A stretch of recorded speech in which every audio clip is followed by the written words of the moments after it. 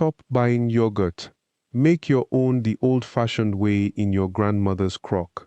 Now, before you think this is just another fermentation video, hold on.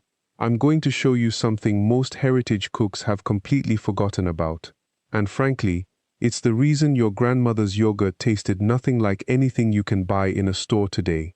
Stay with me, because buried in this is a specific technique that changes everything about how the culture develops, and I won't reveal it until we get deeper in.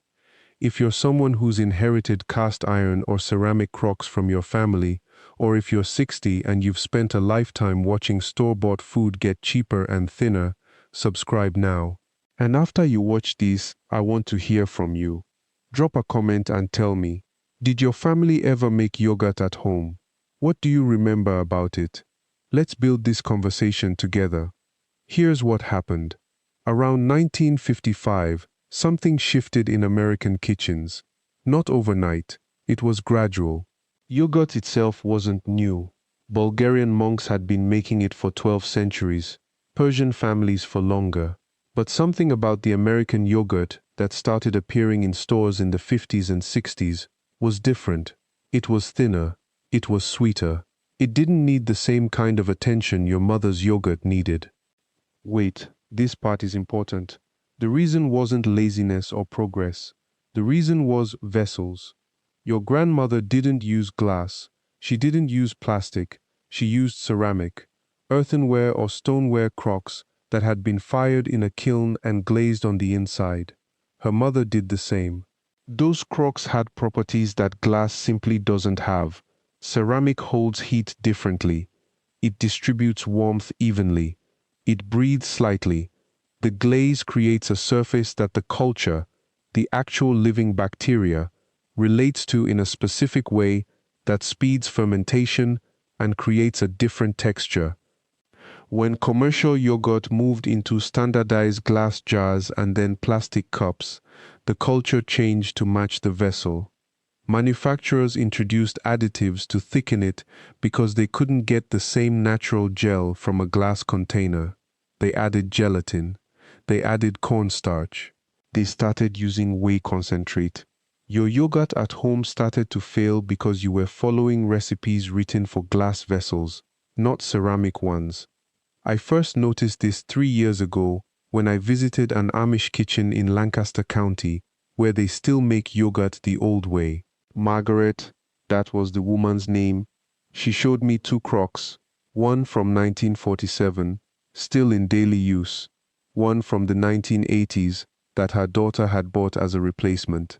The older crock sat on the stove at the same low temperature for exactly 6 hours.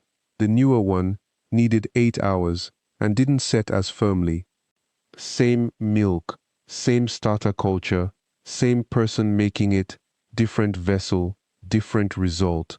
That's when I started asking questions, real questions, not the ones that end in, you can ferment yogurt anywhere, because frankly, that's incomplete. You can, technically. But whether it sets properly, whether it develops the right texture, whether the culture thrives or just survives, that depends entirely on the container. Here's what your grandmother knew, and what the yogurt aisle has made us forget. The crock wasn't just a container. It was part of the process. The thickness of the ceramic walls, usually a 1/4 inch or more, meant that once the milk reached the right temperature, that temperature held steady for hours without electricity, without an oven light, without a heating pad. The glaze mattered too.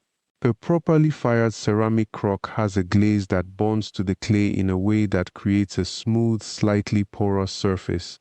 That surface doesn't react with the lactic acid the way modern materials do. Glass is non-porous but also non-reactive, which sounds similar but isn't. The bacteria approach ceramic differently than they approach glass. The culture clings to ceramic slightly, establishing itself in a way that accelerates the process, and the shape of the crock, wide at the top, wider still in the middle, created a surface area to volume ratio that affected how the culture spread through the milk as it fermented. This isn't superstition. The chemistry is documented. Lactobacillus bulgaricus and Streptococcus thermophilus respond to their environment. The surface texture, the thermal properties of the container, the pH changes that happen differently depending on what the milk is touching, all of it shapes how fast the culture grows and how complete the fermentation becomes. Commercial yogurt doesn't rely on these principles anymore because commercial producers can't depend on ceramic crocks in a factory setting. They use stainless steel vats. They control temperature with precision electronics. They introduce cultures that are already optimized for those conditions, not for ceramic. But if you own a crock, or if you can find one, you're sitting on a tool that will fundamentally change how your homemade yogurt works. And the reason it works is something your grandmother understood without ever needing to know the science. Your grandmother didn't go to university to study fermentation. She didn't read papers about lactobacillus cultures or pH thresholds. What she knew came from watching her own mother and her mother before her repeat the same process until it became automatic. The crock wasn't chosen because it was fashionable. It was chosen because it worked. The thickness of ceramic walls matters more than most people realize. When you pour warm milk into a crock, the ceramic absorbs that heat gradually and then releases it slowly over hours. This isn't dramatic temperature fluctuation. It's a gentle, sustained warmth that mimics the environment inside a living animal. Because that's where yogurt cultures evolved.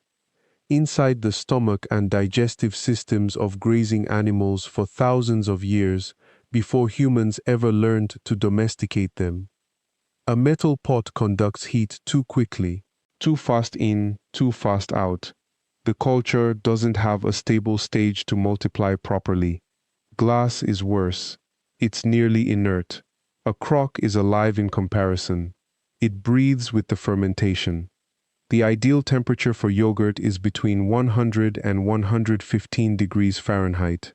You can achieve this with a heating pad underneath the crock or by wrapping it in a thick towel and setting it in a warm corner of your kitchen. On a winter afternoon in Pennsylvania Dutch country, some families simply place the crock in a box lined with straw, the same way they'd keep eggs warm for incubation. The straw insulates. The ceramic inside does the rest. Before we continue, and I want you to pay close attention to this next part, the biggest mistake people make when they start is assuming they need expensive equipment to control temperature. They buy yogurt makers with digital displays, heating coils, precise sensors. Those machines work, but they work because they mimic what a ceramic crock does naturally. You already have the technology. You just need to understand how to use it. The wrapping technique is worth understanding in detail because it's where people usually fail. You're not trying to boil the yogurt. You're creating a stable microclimate that holds warmth for 6 to 8 hours without fluctuation. A single cotton sheet works fine. A blanket works better. Some families use an actual cooler, a wooden box insulated with sawdust, that was built for exactly this purpose before refrigerators existed in rural homes. The amount of starter culture you add matters tremendously. Too little and the bacteria never reach critical mass to ferment the entire batch. Too much and the fermentation happens so fast that the yogurt becomes grainy and separates. The traditional ratio is 1 tablespoon of established yogurt per quart of fresh milk. That's approximately 2 billion bacterial cells per ounce of milk. Enough to colonize, not enough to overwhelm. The fermentation is actually complete the moment the pH drops to around 4.6. You can measure this with pH paper if you want scientific certainty. But your grandmother measured it differently. She tilted the jar and watched. When the yogurt coated the inside with a single smooth layer, instead of running like milk, she knew. When a spoon inserted at an angle held its shape for a moment, she knew. The yogurt would stay in the warm box for the full time anyway, maybe 6 hours, maybe 8, depending on the ambient temperature of the kitchen and the age of her starter culture. This is where tradition and chemistry meet exactly. The bacterial cultures didn't suddenly multiply at hour 5 and stop at hour 6.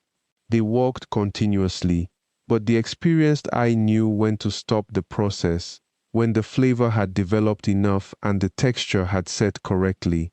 Every household's yogurt tasted slightly different because every crock fermented slightly differently. Every starter culture had drifted in its balance between the two main species. That crock you inherited from your mother, that specific one, with the chips on the rim and maybe a hairline crack you've glued twice, that crock carries a lineage.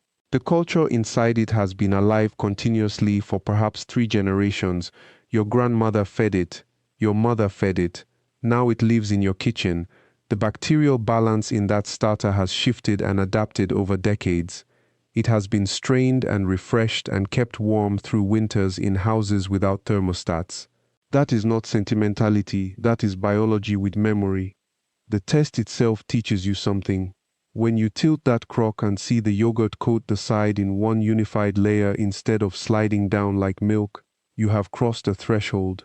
The protein structure has reorganized, the casein has coagulated, but more than that, you have learned to read the jar.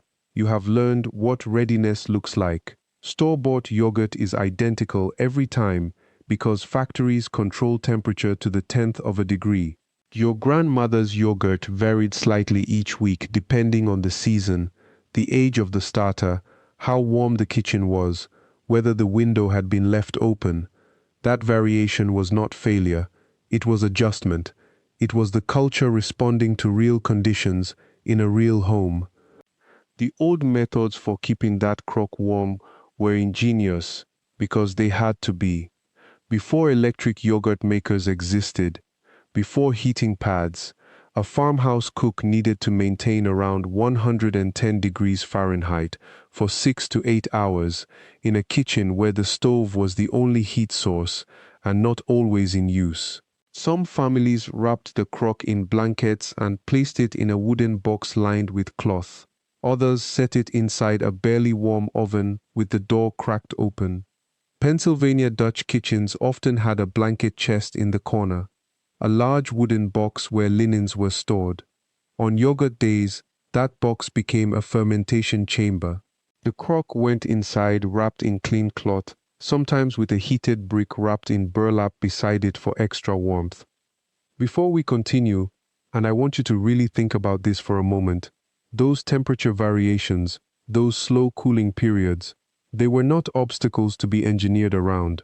They changed the flavor. A faster fermentation at steady heat produced sharper, tangier yogurt. A slower fermentation that drifted down a few degrees as the hours passed produced yogurt that was gentler, almost mild. Families preferred what they grew up with. When a young woman married into a different household, she sometimes found her new mother-in-law's yogurt strange at first. Over weeks and months, her palate adjusted. She began to prefer the flavor of her new home. That is culture, literally and figuratively. The flavor profile shifts with everything. A culture that has been in a cool kitchen develops different microbial balance than one kept in a warm pantry. A starter fed with whole milk tastes different from one fed with 2% milk. The water content of the milk, the breed of cow it came from, the season, all of it matters. A dairy farmer in Lancaster County in 1920 could tell you which neighbor's cows produced milk that made better yogurt. He could taste it. He was not being romantic. The lactose content, the fat molecules, the natural microbes already living in fresh milk, these are not invisible. They are present in flavor. Which brings us to the part many home cooks skip entirely, the straining. After the yogurt has set, if you want it thicker, Greek style, as some call it, though Greeks would dispute that name, you strain it through cloth. 4 hours of straining removes enough whey that the remaining yogurt becomes dense, almost creamy. A pound of milk yogurt might become half a pound of strained yogurt. That discarded whey is not waste. Your great-grandmother used it in bread dough. She fed it to animals. She used it to thin paint. Nothing left the kitchen unused. The whey itself contains lactose, a little protein, and minerals. Some families saved it in jars in the cold cellar for soup stocks and baking. The entire process, start to finish, requires almost no active labor once the initial ingredients are combined. 2 tablespoons of living starter stirred into a quart of warm milk. Pour into your crock. Wrap it. Wait. Check it once, maybe twice. The bacteria do the work, but you cannot automate your attention. You cannot set a timer and forget. You must remain present in the process, however loosely. That presence, that small, recurring awareness that something alive is happening in your kitchen, that changes how you think about food. The crock itself deserves a moment here. Not every vessel works equally well for yogurt fermentation. A ceramic crock, true ceramic, fired clay with a glaze, maintains temperature more evenly than glass or metal. The clay absorbs and releases heat slowly. It insulates without trapping condensation. Your grandmother knew this not from reading, but from watching her mother work. She selected the crock that her family had used for 3 generations because it had already proven itself reliable. That object carries memory in its porosity. Glass jars work, certainly. Mason jars are efficient, cheap, replaceable, but they cool faster. Metal conducts heat away from the milk more aggressively. If you wrap your yogurt in blankets to hold warmth, the crock requires fewer blankets. The ceramic does part of the work for you. This is what I mean by working with your tools instead of against them. The difference between an hour of sufficient warmth and 6 hours of ideal temperature is whether the cultures thrive or merely survive. Location matters equally. A draft-free corner of your kitchen, away from direct sunlight and away from the cold side of the house. Some families place their yogurt in a turned-off oven with the door cracked. Others set it in a box near the wood stove, but not so close that temperature spiked. The goal is consistency, a steady warmth that never drops below 100 degrees Fahrenheit and never climbs above 115. That window is narrow. It is also unforgiving. Too cold, and the bacteria slow to a crawl. The yogurt never sets. You end up with sweet milk that smells faintly alive but tastes of nothing. Too hot, and the bacteria die. The yogurt curdles unevenly. What you remove from the crock is grainy, separated. Druid. This is where patience becomes a real skill and not just a word. You learn to sense the warmth of the crock without a thermometer. You place your palm flat against the ceramic. Not your fingertips, your whole palm, because fingertips lie. They register surface temperature. The palm reads the actual heat stored in the clay. After you do this 100 times, your hand knows. Your instinct develops. Your body remembers what proper warmth feels like. Before we continue, I want to be direct about something. The outcome of your yogurt depends almost entirely on your attention to these details. The starter quality, the milk temperature, the ambient warmth, the timing. There is no foolproof hack. There is no way around the fundamentals. Some people watch videos online and expect instant mastery. They make yogurt once, it fails, and they decide the method is flawed. The method is not flawed. Their expectation was. Real cooking, the kind your grandmother practiced, requires you to fail a few times and learn from each failure. Esther told me about her 3rd batch. She was 13 years old. Her starter culture had weakened. She did not know why at the time, and the yogurt never set properly. Her mother did not scold her. Instead, they examined the failure together. The milk was fresh. The temperature had been adequate. The only variable was the starter. Her mother saved a small amount and asked Esther to revive it by feeding it fresh, warm milk more frequently for several days. By the 4th day, the starter had recovered its strength. That batch of yogurt worked. Esther learned that cultures are living things. They need renewal. They weaken with neglect. She learned this through her hands, not through a textbook. The time required, once you remove the guesswork, is genuinely minimal. Most families set their yogurt in the evening before bed. By morning, 6 to 8 hours later, the crock would be set. The contents had transformed from milk to gel. You did not need to monitor it. You moved through your evening. You slept. You woke. The bacteria had worked while you rested.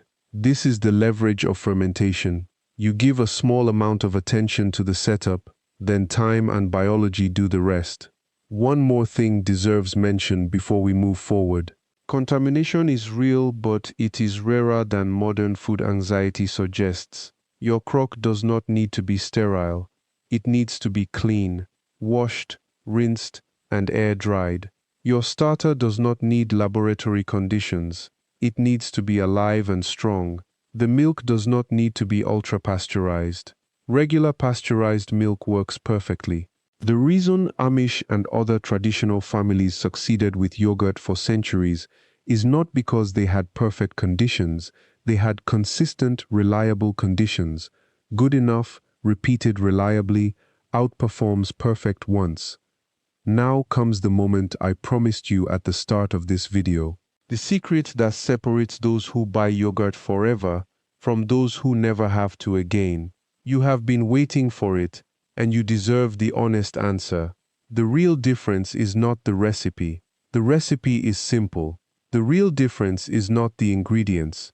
2 items, both available to you right now. The real difference is not even the time.